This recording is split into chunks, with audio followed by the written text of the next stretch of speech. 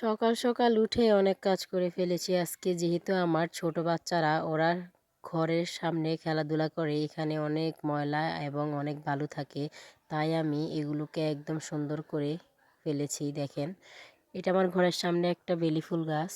এই যে আমি কয়টা গাছ লাগিয়েছি। ফুল গাছ থাকলে ভালোই লাগে ঘরের সামনে। বাচ্চা আছে তাই বেশি কিছু করতে চাই না।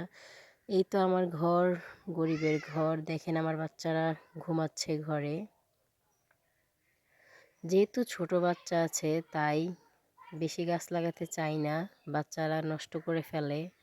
এই জন্য বাচ্চারা ঘুমাচ্ছে। আজকে অনেক কাজ করেছি, পুরো ঘর পরিষ্কার করেছি, অনেক কাজ হয়ে গেছে আজকে। দেখেন আমার 2টা রুম, যেহেতু আমার ছোট সংসার, একার সংসার, বেশি কিছুই নেই ঘরে।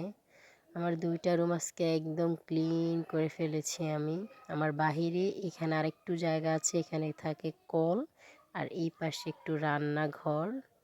মাঝে মাঝে গ্যাসে রান্না করি, ইচ্ছে করলে চুলায়ও রান্না করি, তাই 2টাই আছে। আমার ঘরের সামনেই কিছু গাছ আছে, লিচু গাছ, কলা গাছ, অনেক গাছই আছে। আমার শ্বশুর এগুলো নিজের হাতে লাগিয়েছে, উনি গাছ লাগানো খুব পছন্দ করে। দেখেন আমাদের গাছে কি সুন্দর আম ধরবে, ফুল বের হয়েছে। তো আজকে এতটুকু।